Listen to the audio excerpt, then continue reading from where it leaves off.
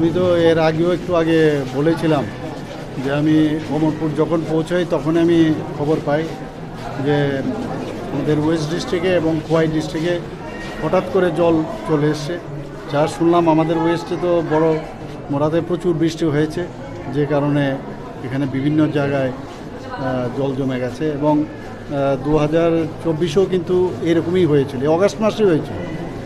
এখানে এলাম এবং সবাই এখানে কাজ করছে, আমাদের ডিএম সাহেব থেকে আরম্ভ করে আমাদের সেক্রেটারি থেকে আরম্ভ করে সবাই আছে। আমি ওখান থেকে টেলিফোনে ওনাদের সাথে আমি কথা বলেছিলাম এবং আমাকে যা বলা হলো প্রায় এখানে ডেঞ্জার লেভেলের 11.22 ডেঞ্জার লেভেল থাকে মিটার, তার থেকে উপরে চলে গেছে। এখন আস্তে আস্তে করে 11.16 চলে এসছে, মানে আস্তে আস্তে রিসিড করছে।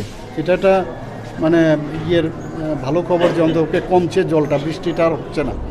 আমি জিজ্ঞেস করলাম যে ওখানেও কোনো বৃষ্টি হচ্ছে কি না এই খবরটা নেওয়ার জন্য পাহাড়ে, তো বলছে ওখানেও বৃষ্টি হচ্ছে না। তো এটা দেখা যাক, এখন রাত গেলে আমরা বুঝতে পারবো। তো বিভিন্ন শরণার্থী ক্যাম্প করেছে, ওদের খাবার দাবার এবং বিভিন্ন বাচ্চা যারা আছে তাদের দুধ থেকে আরম্ভ করে সব দেওয়া হচ্ছে।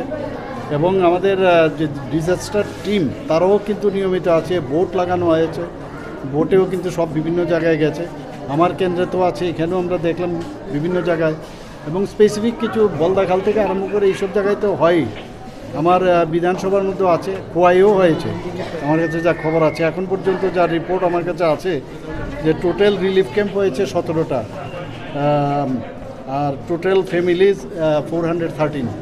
আর টোটাল যারা যারা ওখান থেকে শরণার্থী ক্যাম্পে এসছে, মানে এফেক্টেড এরিয়ার থেকে এসছে, তাদের প্রায় 1305 জনের মতো।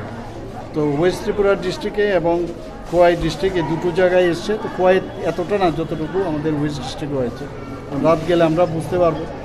তো আমার মনে হয় যে আমাদের এটা তো আমরাও অনেক কিছু ভাবছি যে কী করে এই পার্মানেন্ট একটা সলিউশন করা যায়।